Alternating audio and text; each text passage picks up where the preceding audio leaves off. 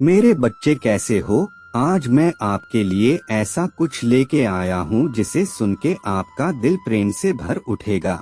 आज मैं आपको बता रहा हूँ मेरी सवारी नंदी और स्वयं की होने वाली विशेष घटना की बात बताने आया हूँ, जिसके चलते नंदी ही मेरी प्रिय सवारी बन बैठा। आज आप सोचेंगे महादेव हमें अपने जीवन से जुड़ी बातें बताने आए। अक्सर मैं तुम्हें तुमसे जुड़ी बातें कहता हूँ, पर मेरे बच्चे ज्ञान चाहे जैसे भी प्राप्त करो, अगर उसका सही अर्थ समझ गया तो वही सार्थक होता है। तो ये उस समय की बात है जब भगवान शिव यानी के मेरे पास कोई वाहन न था। तब मैं पैदल ही जंगल पर्वत की यात्रा करता था। एक दिन आपकी माता पार्वती मुझसे बोली, आप तो संसार के स्वामी हैं, क्या आपको पैदल यात्रा करना शोभा देता है। तभी मैं हंसकर बोला, देवी पार्वती हम तो रमता जोगी है, हमें वाहन से क्या लेना देना, भला साधु भी कभी सवारी करते हैं। लेकिन आपकी माता पार्वती अपने आंखों में आंसू भरकर कहा, जब आप शरीर पर भस्म लगाकर बालों की जटा बनाकर नंगे पांव कांटों भरे पद पर चलते हैं तो मुझे बहुत दुख होता है। पर मैंने उन्हें बार बार समझाया, परंतु पार्वती जिद पर अड़ी रही और कहने लगी, मैं बिना किसी सुविधा के जंगल में रहना मुझे स्वीकार है, परंतु आपके लिए सवारी चाहती हूँ, आपको मेरी बात माननी ही पड़ेगी। तब मैं बड़ा चिंतन में डूब गया, आखिर कौन बनेगा मेरी सवारी। चिंतित हुए जा ही रहा था मैं, फिर मैंने सभी देवताओं को बुलावा भेजा। नारद मुनि ने सभी देवी देवताओं तक उनका संदेश पहुंचा दिया। तब सभी देवता घबरा गए। उन्होंने सोचा कहीं शिव जी हमारे वाहन न ले ले। सभी कोई न कोई बहाना बनाकर अपने अपने महलों में बैठे रहे। यहाँ आपकी माता पार्वती काफी उदास थी। तभी मैंने देखा कि कोई देवता नहीं पहुंचा है। यह देख मेरा क्रोध बढ़ने लगा। फिर मैंने एक आवाज लगाई तो जंगल के सभी जंगली जानवर आ पहुंचे। मैंने उनसे कहा, तुम्हारी माँ पार्वती चाहती है कि मेरे पास कोई वाहन होना चाहिए, बोलो कौन बनेगा मेरा वाहन। सभी जानवर खुशी से झूम उठे, उनकी खुशी का ठिकाना न रहा।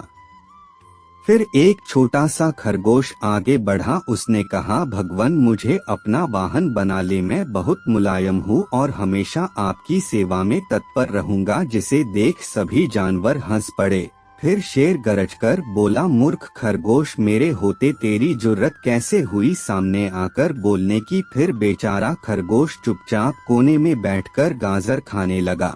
फिर सिहराज मुझसे हाथ जोड़कर बोला, प्रभु मैं जंगल का राजा हूँ, शक्ति में मेरा कोई सामना नहीं कर सकता, मुझे अपनी सवारी बना लें। उसकी बात समाप्त होने से पहले हाथी बीच टोकते हुए बोल पड़ा। हाथी बोला, मेरे अलावा और कोई इस काम के लिए ठीक नहीं है और मैं गर्मी के मौसम में अपनी सुड में पानी भरकर महादेव को जल से नहलाता रहूंगा और सदा आपकी भक्ति में डूबा रहूंगा। उन सब की बातों में फिर क्या, जंगली सुअर भी किसी से कम नहीं था। वो भी अपनी दुम हिलाते हुए कहने लगा, शिवजी मुझे सवारी बना लो, मैं साफ सुथरे रहने की कोशिश करूंगा और कभी गंदगी में नहीं रहूंगा। ये कहते हुए अपने शरीर की कीचड़ चाटने लगा। उसके बाद फिर कस्तूरी हिरण ने नाक पर हाथ रखकर कहा, कितनी बदबू आ रही है, चल भाग यहाँ से, मेरी पीठ पर तो शिव जी सवारी करेंगे। इसी तरह सभी जानवर अपना अपना दावा जताने लगे।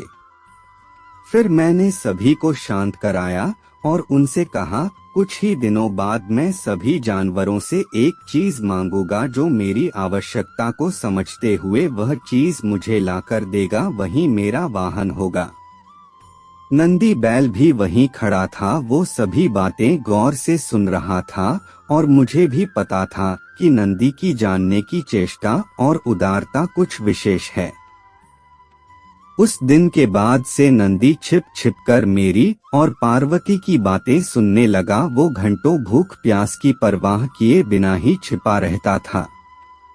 एक दिन उसे पता चल गया कि मुझे बरसात के मौसम में सूखी लकड़ियों की जरूरत होगी और मैं उसकी मांग करने वाला हूँ, और तभी से नंदी अपनी मेहनत करने में लग जाता है।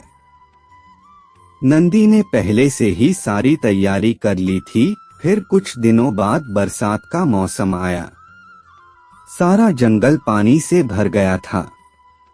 ऐसे में मैंने सभी जानवरों से सूखी लकड़ियों की मांग की तो सभी जानवर एक दूसरे का मुंह ताकने लगे। तभी फिर नंदी बैल गया और बहुत सी लकड़ियों का गट्ठर ले आया।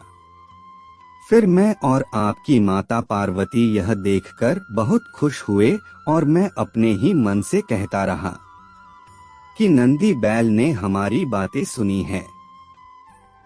फिर भी मैंने नंदी बैल को ही अपना वाहन चुन लिया। इस प्रकार नंदी बैल मेरी प्रिय सवारी बन गया। ढेर सारे जानवर जय जयकार करते जंगल की ओर लौट गए।